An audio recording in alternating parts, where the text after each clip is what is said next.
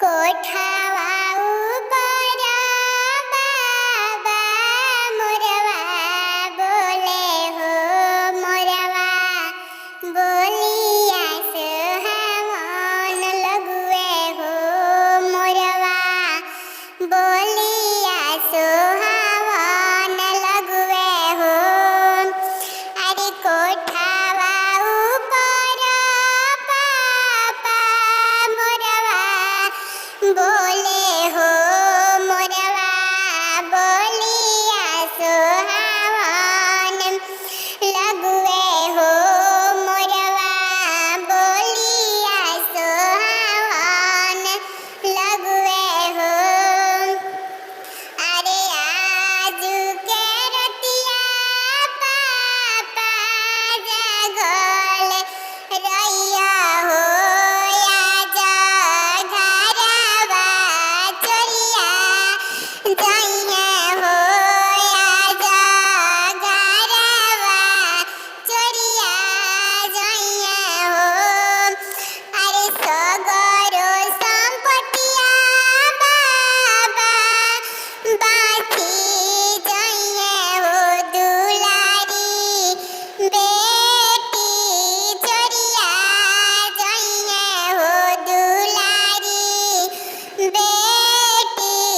चोरिया जाइए हो अरे सगरो संपत्तिया बाबा बाकी जाइए हो बांधाना बेटी चोरिया जाइए हो पीरिया बेटी चोरिया जाइए हो अरे घरवा भीतरवा बेटी चौकीदारवा रखबो हो दुआरा पसी पहिया रखबो हो दुआरा पसी पहिया रखबो हो अरे कोठावा भीतरवा बेटी जागल रहबो हो दुलारी बेटी बाची जाइए हो दुलारी बेटी बाची जाइए हो अरे घरवा भीतरवा चौकीदारवा पापा सुती जाइए हो दुआरा के नीरवेदा होइए हो अरे कोठावा भीतरवा पापा सुती जाइबो हो दुलारी बेटी चोरिया जाइए हो दुलारी बेटी चोरिया जाइए हो अरे काचे अमवा तुरला हो पापा बगैचा कोइला हो सुनामा बगैचा कोइला हो सुनामा अरे काचे अमवा तुरला हो चाचा बगैचा कोइला हो सुनामा अरे रोजे रोजे कहला हो पापा बेटी भइली जलावा अरे बेटी भइली जलावा अरे एको दिन ना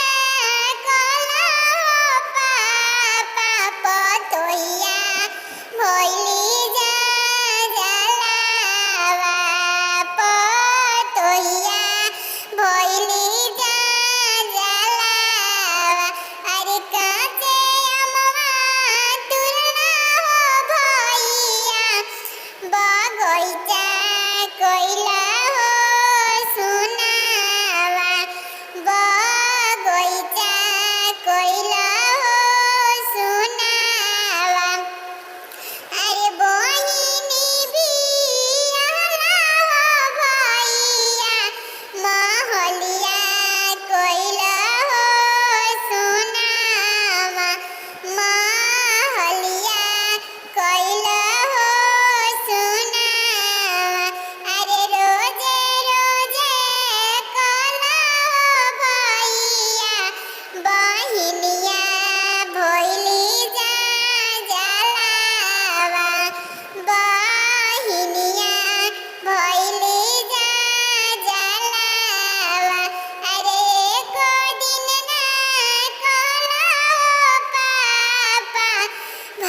যাইয়া